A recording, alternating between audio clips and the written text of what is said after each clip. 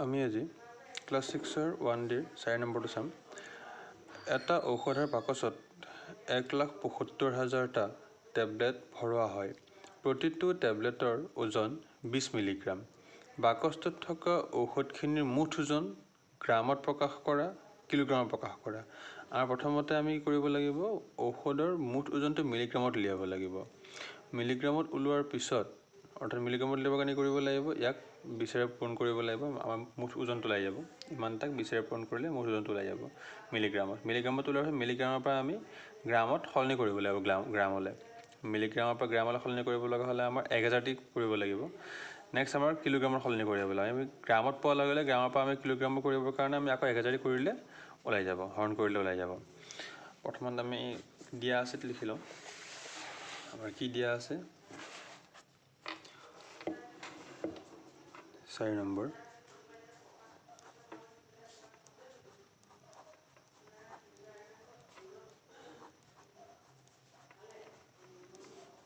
দিয়া আছে কি দিয়া আছে আমাৰ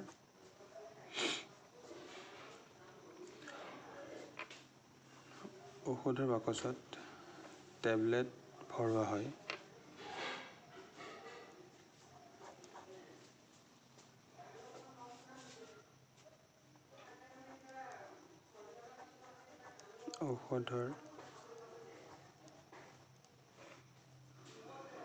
ঔষধৰ বাকচত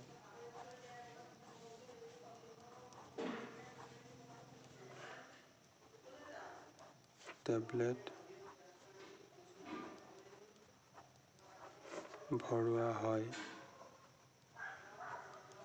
কিমানটা টেবলেট ভৰোৱা হয়? 1,00,000 ইমানটা 1,75,000টা।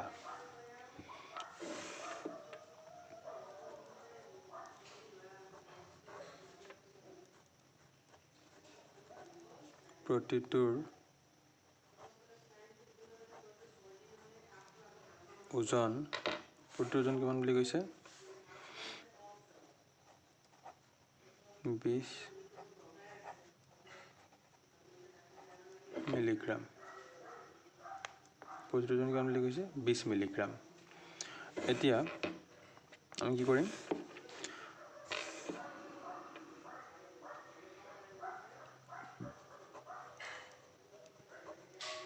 বাকচত থকা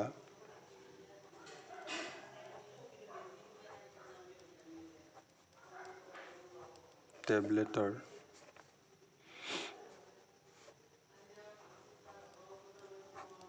মুঠ ওজন কৰিব লাগিব 1,75,000ক পূৰণ 20 কৰিব লাগিব। 20 কৰিলে কি হ'ব? 1 2 3 4 0 5 2 10 0 7 গ'ল 1 7 2 14 15 5 7 গ'ল 1 7 2 14 15 5 7 গ'ল 1 1 1 2 2 3 35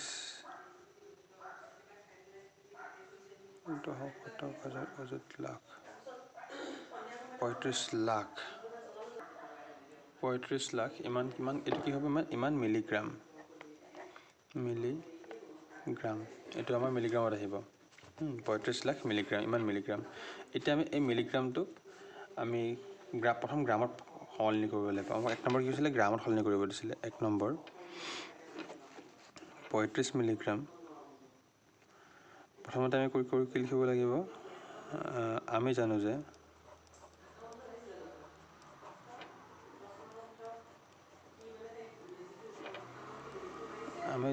আমি কি জানো 1000 মিলিগ্ৰাম সমান 1 গ্ৰাম। আমি কি জানো 1000 মিলিগ্ৰাম সমান 1 গ্ৰাম। এতেকে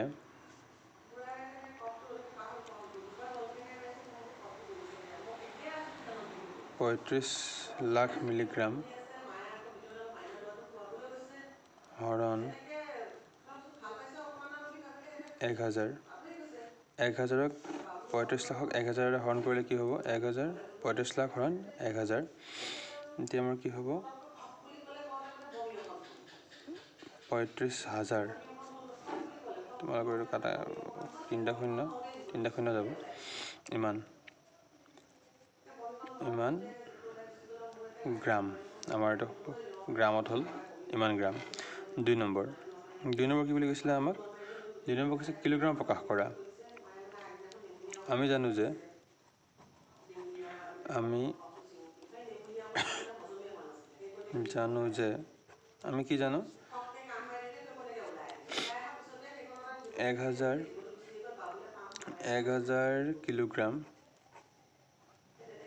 1000 কিলোগ্ৰাম সমান কিমান হ'ব 1000 গ্ৰাম 1000 গ্ৰাম সমান 1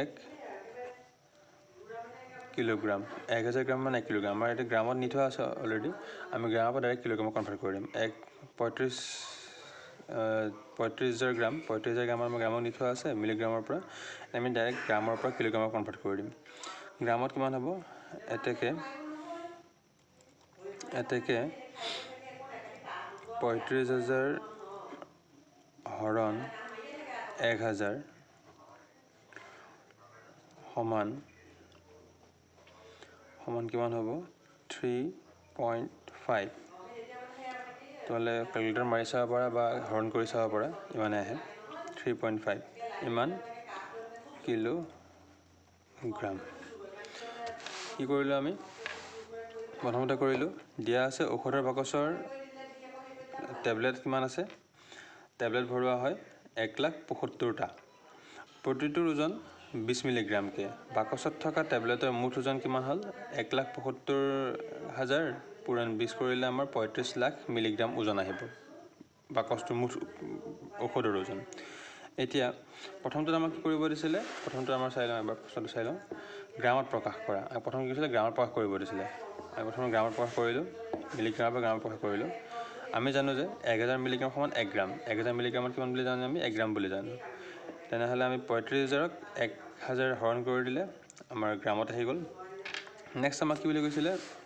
কিলোগ্ৰাম প্ৰকাশ কৰা মানে আমাক যেটো আমাৰ ওজন হ'ব মুঠ ওজনক আমাক কিলোগ্ৰাম প্ৰকাশ কৰিব দিছিলে কিলোগ্ৰাম প্ৰকাশ কৰা আমাৰ অলৰেডি আমি গ্ৰামত নি থৈছো কাৰণ আমি গ্ৰামৰ পৰা কিলোগ্ৰাম প্ৰকাশ কৰি দিলে হৈ গ'ল গ্ৰামত কিমান আছিল 1000 গ্ৰাম সমান 1 কিলোগ্ৰাম 1000 গ্ৰাম মানে আমি 1 কিলোগ্ৰাম বুলি জানো এটাকে 35,000 আমি 1000 হৰণ কৰি দিলে 3.5 আহিব 3.5 কিলোগ্ৰাম ইমান কিলোগ্ৰাম আমাৰ কিলোগ্ৰামত মুঠ ঔষধৰ ওজন হ'ব ঠিক আছে